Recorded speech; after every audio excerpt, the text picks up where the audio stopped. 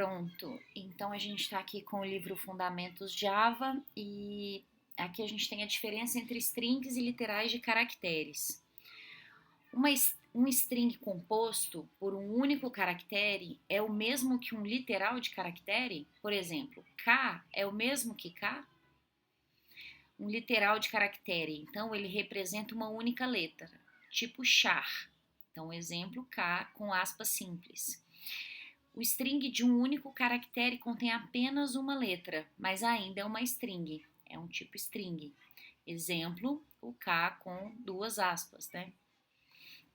Então, a gente tem o K, que é o literal de caractere, e a gente tem o K com as aspas duplas, né? Que é um string. Peraí, gente, só um minutinho, que tem uma criança querendo pegar uma mini pizza no forno. Não, né, Betânia? Quero comer, quero comer, comer, comer, comer, comer. Quero comer, quero comer, quero comer, comer.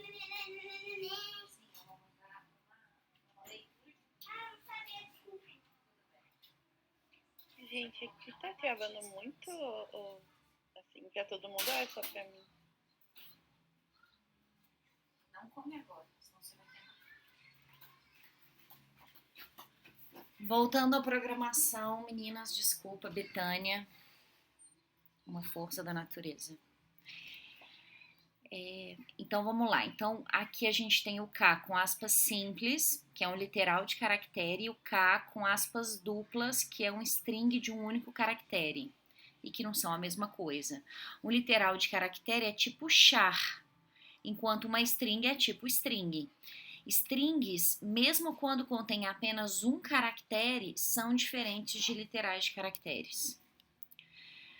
Observe como a sequência de escape /n é usado para gerar uma nova linha. Você não precisa usar várias instruções print ln para obter uma saída de várias linhas. Apenas incorpore /n a uma string mais longo nos pontos onde deseja que a nova linha ocorra. Meninas, pelo que eu entendi, e aí, pelo amor de Deus, me corrijam que eu tô aprendendo como vocês, mas parece que o literal de caractere é tipo esse N aqui, que pode ser usado como uma quebra de linha. E quando o K tá com aspas duplas, ele é um string, né? Uma string mesmo. Acho que é isso, né?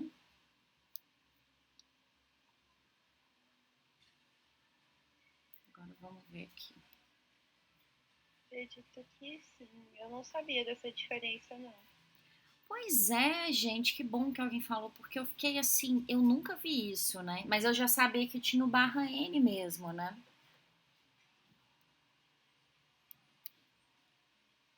Declaração e inicialização de variáveis em Java. Declaração de variáveis. Todas as variáveis devem ser declaradas antes de seu uso, necessário para que o compilador saiba o tipo de dados da variável e permite verificação rigorosa de tipos. A gente sabe disso, né, que o Java ele tem essa necessidade. Então, a inicialização de variáveis ela é recomendável para dar um valor à variável antes de usá-la. Então, ela pode ser feita por instrução de atribuição ou por valor inicial na declaração. Então, aqui, ó, aqui ele está colocando um count com o valor 10 e está falando que é um inteiro, né? Que é o valor inicial da contagem. Aqui ele tem uma outra variável, que é a variável ch, que é uma variável do tipo char, e o nome dela é x, então ela inicializa com x maiúsculo aqui. Aqui tem um float, a variável, né, f é um float, e aqui ele é 1.2f, inicializa com 1.2. Então, é possível inicializar variáveis do mesmo tipo em listas separadas por vírgulas. Aqui, né, poderia colocar aqui embaixo por vírgula, aqui não está escrito, mas tem. Inicialização dinâmica. As variáveis podem ser inicializadas dinamicamente, usando expressões válidas. Então, aqui ele já inicia assim, a variável volume, falando que ela é um double, e falando que ela inicializa com 3.1416, que é o pi, né? Vezes o radius, vezes a altura, né? Que eu acho que é height. Não é? É. Escopo e tempo de vida das variáveis. Variáveis podem ser declaradas dentro de qualquer bloco. Ok. Um bloco define um escopo, então ele determina a visibilidade e o tempo de vida das variáveis. Variáveis dentro de um escopo não podem ser vistas fora dele. Não entendi o conceito ainda de escopo, se alguém souber. Escopos podem ser aninhados. Então, as variáveis em escopos externos são visíveis em escopos internos. Variáveis em escopos internos não são visíveis em escopos externos. Vamos ver aqui, né, o código que a gente entende mais. Então, aqui inicializou a variável x, que é um inteiro, vale 10. Aqui ele está falando, se o x for igual a 10, então o inteiro y vai ser igual a 20. E aqui ele vai imprimir que x e y são, tá concatenando aqui, né, colocando mais o valor de x, aqui que vai ser 10, mais o valor de y, que vai ser 20. E na outra linha ele faz um processamento aqui, uma conta, que é x é igual a y vezes 2. Então, aí ele tá mudando o valor de x, aqui x valia 10, aqui x vai valer y, que era 20, vezes 2, 40. Aí aqui ele vai imprimir. X é, no caso aqui, 40. Eu acho que é isso, olha, as variáveis, elas podem estar num escopo interno, igual aqui, né? Então, x é igual a y vezes 2. E no externo aqui, né? Vocês entenderam isso também, gente? Eu tô viajando muito.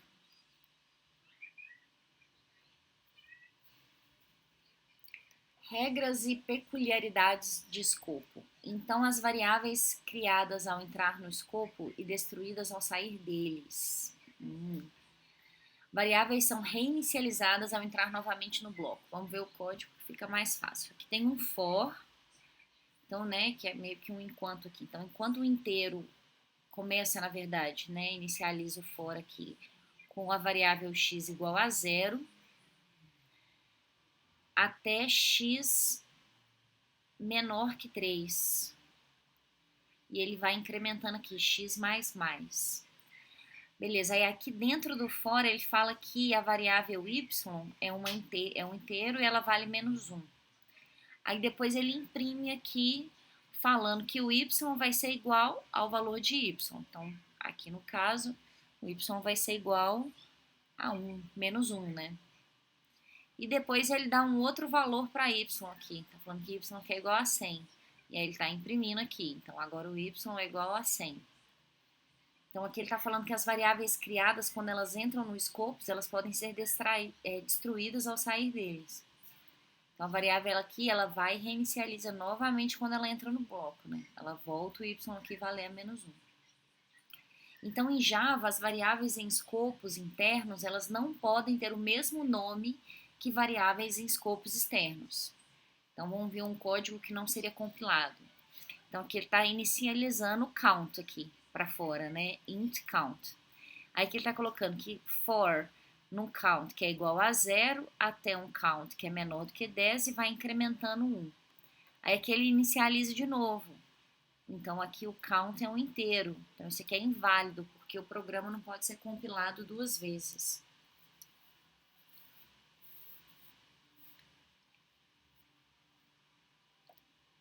Espera aí um minutinho, meninas. Fala, Beta.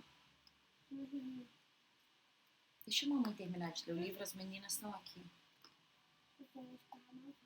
Tá bom. Fala o que você precisa. Pode pegar a sua. Deixa eu terminar aqui, rapidinho. Mamãe, Oi. eu comento que parte da colher, tá bom? Tudo bem, sem problemas. Pronto, gente. Apenas uma leve interrupção de Betânia. Então, resumindo aqui os pontos chaves do que a gente viu, é que as variáveis elas devem ser declaradas antes do seu uso, né, para permitir verificação de tipos. Você vê que ela é sempre bem tipada, né, sempre tem o int lá, o double. A inicialização ela pode ser feita na declaração ou dinamicamente. Então, aqui tem esse caso que ficou bem claro para a gente. Eu posso colocar aqui que o valor de volume é uma conta aqui, né? Que mais? O escopo de uma variável determina onde ela pode ser acessada. O escopo eu entendi como a indentação aqui um pouco, né? Então, o escopo dela, ela pode estar aqui dentro do for, ou ela, né, pode estar antes, né, na verdade.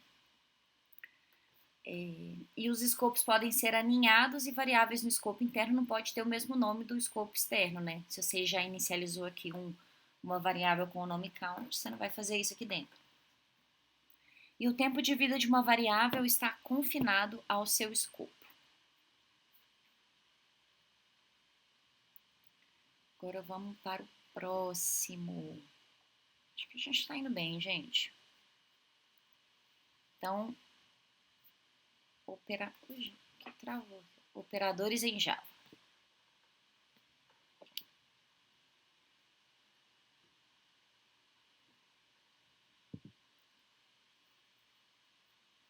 Tipo de operadores. Então, a gente tem os aritméticos, que realizam operações matemáticas básicas. Tem o bitwise, que operam sobre bits, os relacionais, que comparam valores, e os lógicos, que realizam operações lógicas. Começando pelos aritméticos, os básicos, a gente tem o adição, subtração, multiplicação, divisão, com o módulo do resto da divisão, né? Que você pode pedir uma divisão com o resto zero e por aí vai. Os operadores unários. Gente, eu nunca ouvi falar isso. Mais unário e menos unário. Será que é isso? Nunca. Vamos pedir pro chat GPT, né? Aqui, gente. Eu nunca ouvi falar na minha existência sobre isso. Vamos perguntar aqui o que é isso.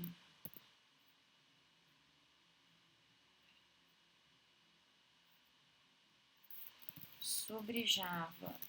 O que é isso?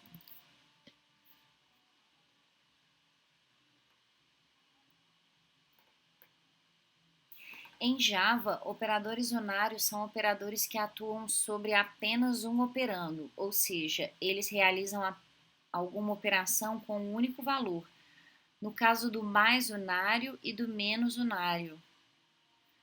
Então, sintaxe mais x efeito não muda nada, apenas... Ah, tá, gente, unário é para falar que o valor ele é positivo ou negativo. Nossa, gente, é muito bom aprender uma coisa nova, né? Ótimo. Então, aqui, ó. Então, a gente tem os operadores básicos e operadores unários é quando a gente coloca o mais na frente se é positivo e o menos se é negativo. Operadores de incremento, que a gente usa ali no for, e decremento, mais incrementa adição de 1, menos, subtração de 1. O comportamento dos operadores aritméticos, eles operam em tipos numéricos e em char, né? A divisão de inteiros trunca o resto, que é quando a gente coloca, então aqui ó, exemplo, 10 dividido por 3, ele resulta em 3, só que sobra 1. Então gera um resto na divisão, então exemplo, 10 dividido por 3 resulta em 1. É quando a gente não quer o valor da divisão, e sim o resto, né? Isso é legal. Pode ser aplicado a tipos internos e de pontos flutuantes. Então aqui vamos ver o código. Tem uma classe aqui que chama moddemo. Então aqui ele inicia, né, public static void main, strings, ok. Aí ele inicializa essa variável aqui, iResult, que é um inteiro, e ele fala que ela é 10 dividido por 3. Depois ele coloca aqui a variável iRen, é um inteiro também, e ela vai ser 10, o resto de 2, né? O resto da divisão de 3, na verdade. E ele faz uma outra aqui, a double, que é a dResult, que ele coloca que é 10, né, o ponto flutuante aqui, dividido por 3.0. Mesma coisa, double, 10, o resto da divisão por 3.0. E aqui ele imprime os valores, né? Então, aqui ele vai imprimir 10 dividido por 3, vai dar 3. Aqui ele vai dar só 3, né? Porque é o inteiro que ele está querendo. Então, 10 dividido por 3 vai dar só 3. O inteiro do resultado aqui vai dar 1. Então, aqui ele vai imprimir result and remember is 3 and iren é 1. E aqui o outro, ele está falando double, aí já vai dar o valor mais certinho. Então, o resultado aqui de 10.0 dividido por 3.0 vai ser 3. Acho que aqui, ó, tá aqui 3.3333. Ótimo, os meninos colocaram o resultado. Isso mesmo. Incremento, a gente falou, adiciona 1 ao operando. Então, quando eu coloco lá que é x, depois vai ser x mais 1, eu posso resumir isso aqui escrevendo simplesmente x mais mais. E eu posso fazer decremento também, que subtrai 1 do operando. Então, em vez de eu escrever x é igual a x menos 1, eu posso só colocar x menos menos. Formas pré-fixadas e pós-fixadas. Pré-fixada, ela incrementa e decrementa antes de usar o valor da expressão. Então, o exemplo aqui vai ficar mais x, e pós-fixada, ela usa o valor da expressão antes de incrementar ou decrementar. Então, vamos ver aqui, ó. Então, aqui a variável x, ela é um inteiro e vale 10. A variável y, ela é um inteiro e ela vai ser um incremento mais de x, ou seja, o y, ele vai ser 11, né? Porque ele vai incrementar 1 mais o 10, então ele vai ser 11. Esse é um pré-fixado, eu nunca codifiquei assim não, viu meninas? Mas eu sou Juninha, sou Sandy ainda. Então vamos ver um resumo aqui dos pontos-chave do que a gente viu. Então o Java ele possui operadores para operações matemáticas, que a gente já conhecia, né? Lógicas, relacionais e bitwise. Desses aqui a gente viu agora os operadores aritméticos, que é soma, subtração, multiplicação, divisão, resto da divisão, incrementação e decrementação. O operador de resto e divisão, ele pode, o porcentagem aqui, ele pode ser aplicado a inteiros e a tipos de ponto flutuante, né? A gente viu lá o caso do 10 dividido por 3 e o 10.0 dividido por 3.0. O incremento e o decremento, ele tem formas pré-fixadas, ou seja, eu posso colocar ele na frente da variável, ou pós-fixadas, que afetam inclusive a ordem da operação. E é importante entender o comportamento dos operadores para evitar erros de lógicas em expressões complexas. Vamos lá. Seguindo, tudo certo, gravando. Ai, não, gente, não acredito que o site desceu lá para baixo. Foi isso? Deixa eu voltar, porque eu não acredito nisso. Não, peraí, pra cá. Aqui. Será que no final tem um próximo? Vamos ver.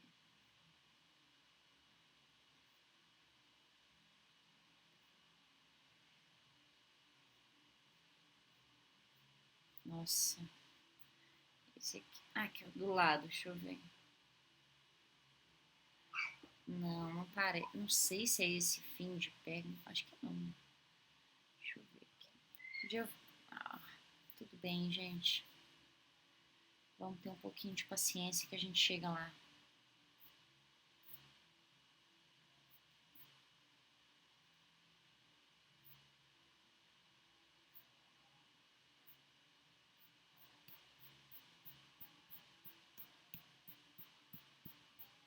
Não sei se vocês estão ouvindo Jorge Benjor. Só fica melhor o rolê aqui perto da minha casa. E eu estudando Java, gente, eu espero muito ficar rica. Sabe, um CLTzão bem premium, da gringa. Vou te falar, viu? Tem que ter muita força de vontade. Aqui eu acho que estamos chegando, né? Aqui, pronto. Operadores relacionais e lógicos. Vamos terminar esses operadores.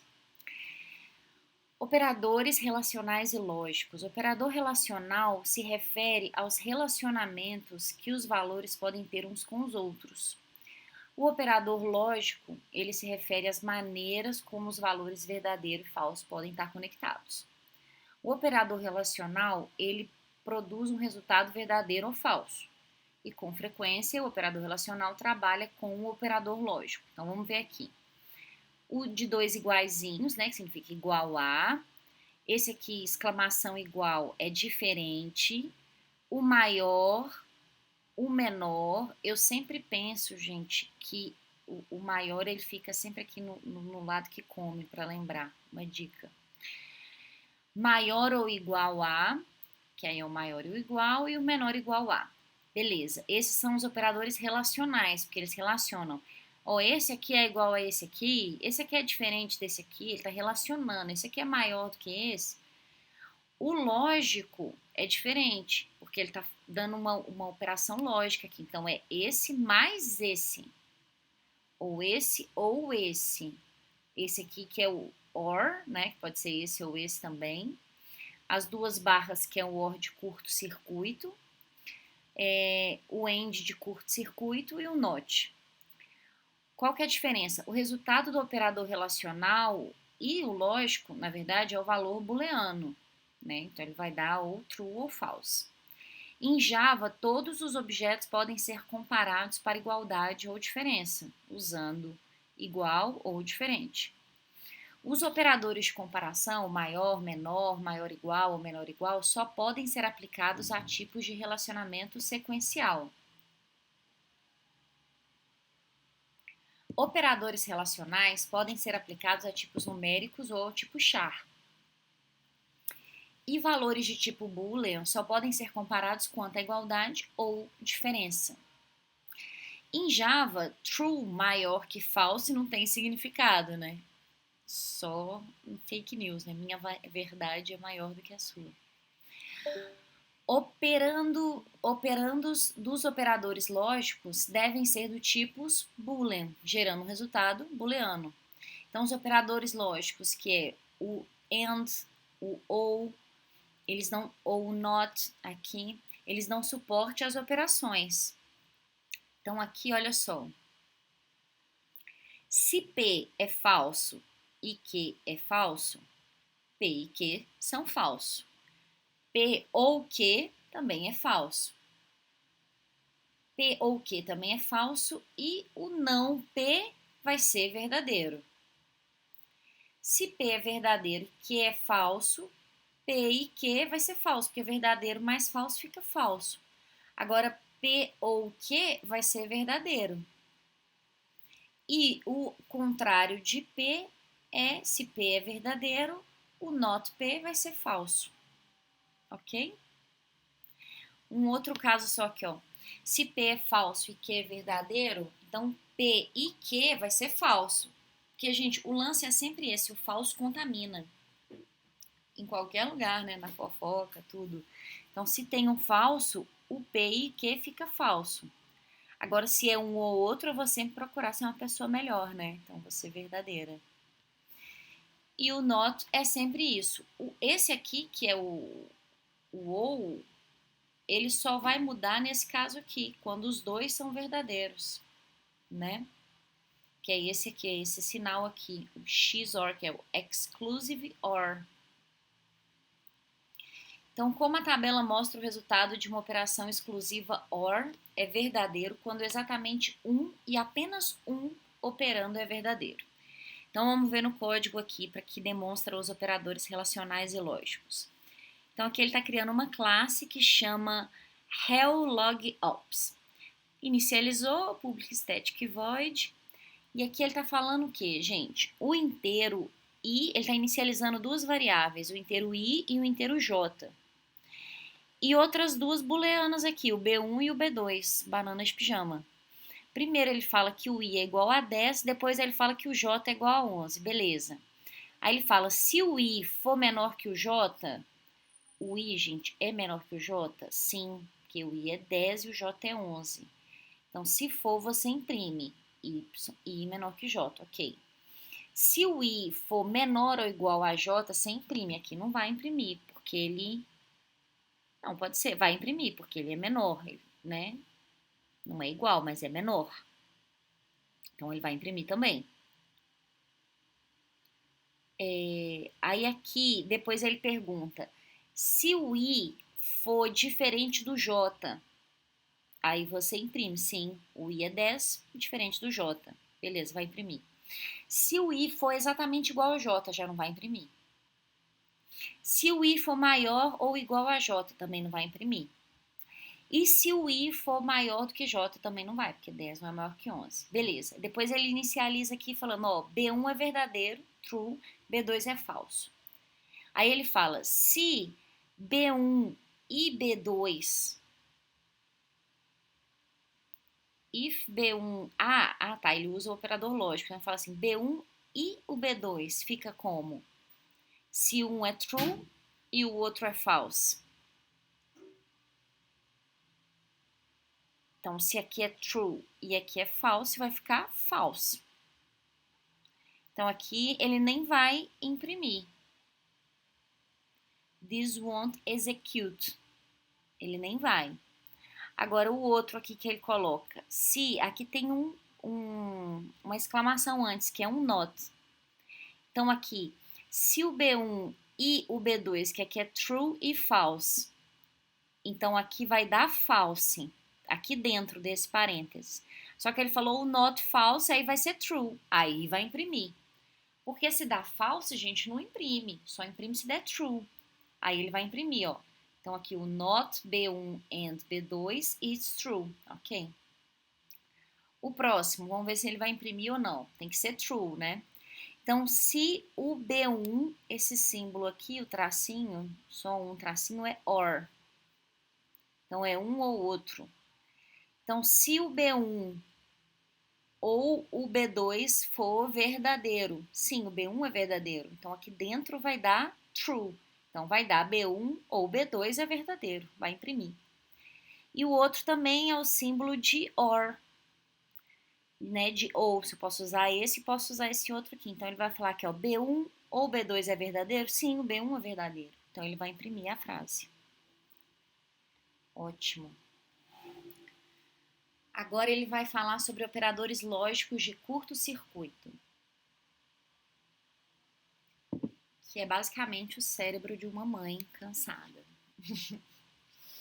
Vamos lá. Java fornece versões de curto-circuito dos operadores lógicos AND e OR para um código mais eficiente. Em uma operação AND, se o primeiro operando for falso, o resultado é falso, independente do segundo operando. Lembra do que eu falei, gente? O falso contamina. Em uma operação OR, se o primeiro operando for verdadeiro e o resultado é verdadeiro, o resultado vai ser verdadeiro, né, gente? Independente do segundo. Porque se o primeiro já for true. Nesses casos, não é necessário avaliar nem o segundo operando, economizando tempo e produzindo código mais eficiente. O operando AND de curto-circuito, que é aquele que tem os dois izinhos, e o operador OR de curto-circuito, que são as duas barras, né? A gente não viu ele aqui, mas é usado também. Então, seus equivalentes dele é o I e o barra. A versão comum sempre avalia cada operando, enquanto a versão de curto-circuito só avalia o segundo operando quando necessário. Então, qual que é a diferença do curto-circuito? É isso. Se o primeiro já for true, eu nem vou ler o segundo, né? A segunda variável. Então, essa aqui é a de curto-circuito. Ele já avalia. No OR, não importa. Se o primeiro for true, já é true. Então, é isso que é a de curto-circuito, a economia de código. Então, exemplo de uso, determinar se D é um fator de N usando o OR de curto-circuito para evitar um erro de divisão por zero em uma operação de módulo. Bora para o código. Então, aqui ele está iniciando a classe, que é essa classe SCOPS. Aí ele vai public static void main e inicializando as três variáveis que são inteiros, n, d e q. Aí ele fala, ó, n é igual a 10. Beleza. Depois ele fala d é igual a 2. Ok. Depois ele fala, se o d não for igual, né? Porque esse aqui é um não, né? Se for diferente de 0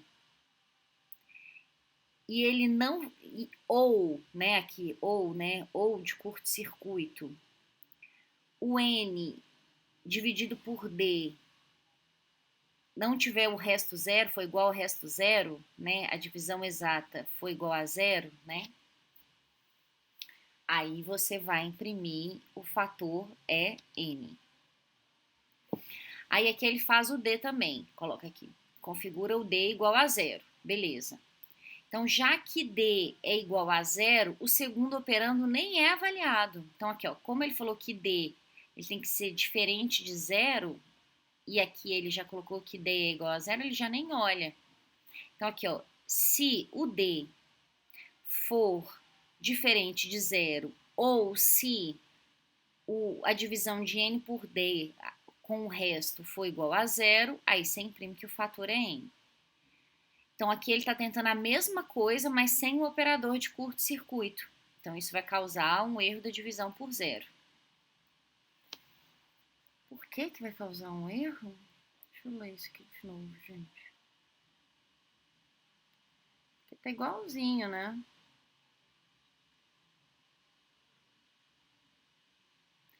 E se o D for diferente de zero e ou o resto da divisão de N por D for igual a zero, você imprime que o fator é N. Ele está repetindo aqui, mas ele está tirando o curto-circuito aqui. O que está me dando um curto-circuito na cabeça. Vamos terminar de ler e vamos ver se entendemos isso até o final. Então, a instrução if, primeiro, ela verifica se D é igual a zero para impedir uma divisão por zero. Se D for zero, o operador AND de curto-circuito, ele vai interromper a execução e não vai realizar a operação do módulo. Isso a gente entendeu, que ele é uma programação elegante. E no primeiro teste, o D aqui, ó, vamos ver aqui, ó. No primeiro teste aqui de D, o D vai ser igual a 2 e a operação do módulo vai ser executada. Né? Porque aqui ele está falando que D é igual a 2. Então ele fala D é diferente de zero? Sim, D é igual a 2. N, 10 dividido por 2 é 5, o resto zero, certinho. Então ele vai imprimir.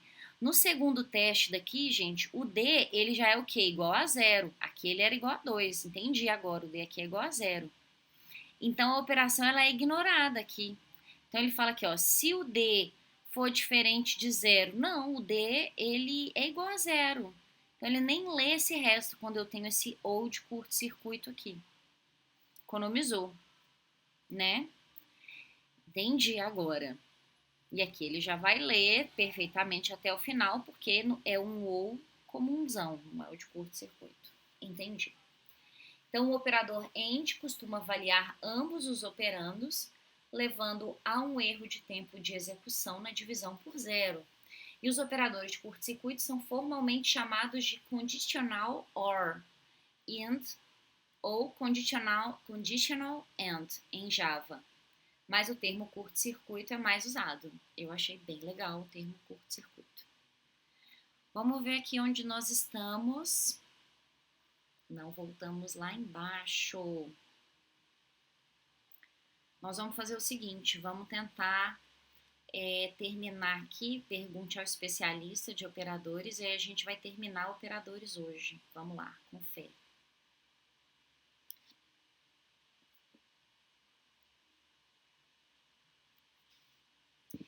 Operador de atribuição. Ai, não, gente. Apertei o outro. É o operador de atribuição. Não. Por que, Deus? Por que fazer isso comigo? Não é possível, gente, que não tem como voltar no anterior. Isso é... Alguém comentou, já gostei da explicação. Enfim. Vamos ver se eu consigo voltar aqui. Não é possível isso. Exercitar a paciência, gente. Às vezes, quando a gente não tem, acontece isso. É o meu caso.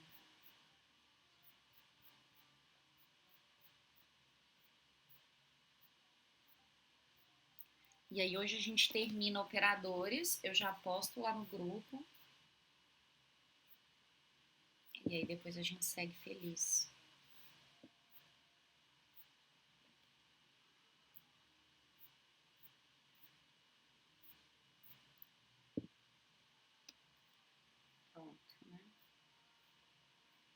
Desci até demais. Ótimo, aqui ó, operador de atribuição. O operador de atribuição, ele é o sinal de igual simples, não tem dois, só um, ou seja, eu estou atribuindo um valor. Ele funciona de maneira similar em Java e em outras linguagens de programação, né, o Python também. A forma geral dele é var igual uma expressão.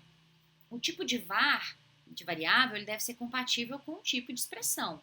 Então, permite a criação de uma cadeia de atribuições. Exemplo, aqui ele está inicializando as variáveis x, y, z, dizendo que é um inteiro. E aqui ele fala que x é igual a y, que é igual a z, que é igual a 100. Então, ele está atribuindo o valor de 100 para x, y e z. Então, o operador igual, ele fornece o valor da expressão do lado direito. Então, do lado direito fica o valor, do lado esquerdo a variável. O valor de z é igual a 100, é 100, então que é atribuído a y em seguida a x. A cadeia de atribuição facilita configurar várias variáveis com um valor comum, né? É esse aqui, colocando todo mundo igual a 100. Atribuições abreviadas. O Java fornece operadores de atribuições abreviadas para simplificar certas instruções de atribuição. Exemplo, x é igual a x mais 10. Pode ser escrito como x mais igual 10. É bem mais chique, né? Então, o operador mais igual atribui o valor a x, que é o valor de x mais 10. Em vez de eu repetir o x, né, eu só coloco um maisinho na frente. Outro exemplo, x é igual a x menos 100. Eu posso fazer o quê? Colocar que ele é igual a menos x é igual a x menos igual 100. Ou seja, o x vai ser igual ao x menos 100. As duas instruções atribuem o valor de x menos 100. A atribuição abreviada funciona para todos os operadores binários em Java, operações com 2 operandos. De forma geral, da atribuição abreviada, o var OP é igual à expressão. Então, os operadores aritméticos e lógicos de atribuição abreviadas é quando eu acrescento o mesmo valor, quando eu decrescento, quando é menos igual, quando eu multiplico, quando eu faço a divisão, quando eu faço a divisão com o resto zero, porque eu quero o resto da divisão, quando eu faço ou, quando eu faço ou também. Então, as operações de atribuição compostas, que é essa quando a gente põe o mais, é uma operação com uma atribuição. E elas são formalmente chamadas de operação de atribuição compostos. Quais são as vantagens? Mais compacto, né, gente? Ser chique para codar. Exemplos. Então, aqui adição e atribuição. Ela vai adicionar o valor do lado direito ao valor do lado esquerdo e vai atribuir o resultado da variável do lado esquerdo. Como é que é isso? Aqui eu falei que a variável a, que é um inteiro, vale 5. Aqui eu já estou falando que a vai ser igual ao próprio a, que já vale 5, mais 3. Né? Então, aqui eu vou imprimir 8. A subtração, vamos lá. Falei que b aqui vale 10, é um inteiro. Aqui eu estou colocando que b menos igual a 4. O que significa isso? Que o b ele vai ser igual ao b menos 4. Então, se o b vale 10, então o b vai ser igual a 10 menos 4, que vai sair 6. Multiplicação, mesma coisa. O inteiro c vale 3. Aí que eu tô falando o quê? Que o c vai ser igual ao c vezes 2. Então, c vai ser igual ao 3 vezes 2, que vai dar 6. Divisão. O inteiro d vale 20. Então, aqui eu tô colocando d vai ser igual a d dividido por 5. Então, d vai ser igual a 20 dividido por 5, que vai dar 4. Agora aqui, para a gente calcular o resto da divisão, né? Então, o inteiro E vale 15. Então, o E vai ser igual ao E mais o resto da divisão por 4. Então, o E com o resto da divisão de 15 dividido por 4, quanto que dá? 3 vezes 2 vai dar 3. 3 vezes 4, 12. 12, 15 menos 12, 3. Saída 3. O operador AND. Então, aqui ele falou o inteiro F vale 5. Que em binário, 5 é 101.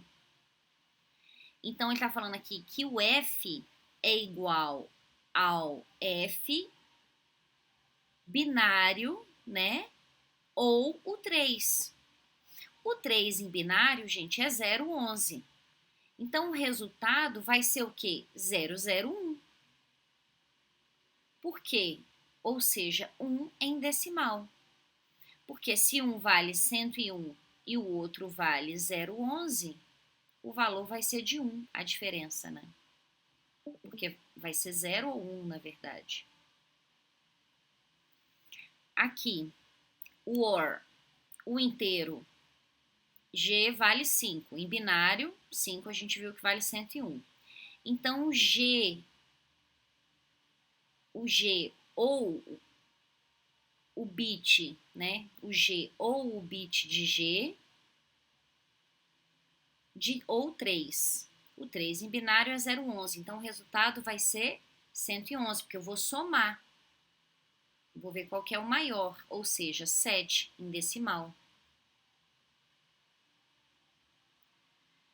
O último, que é o exceção, né? Que realiza a XOR, que executa, né?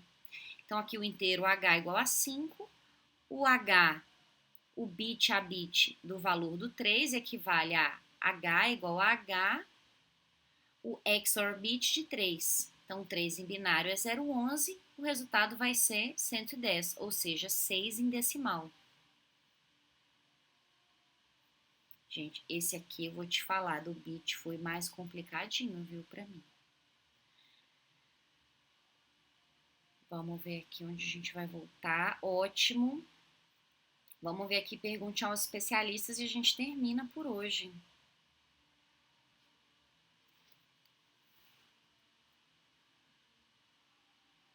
Ao som de pagode.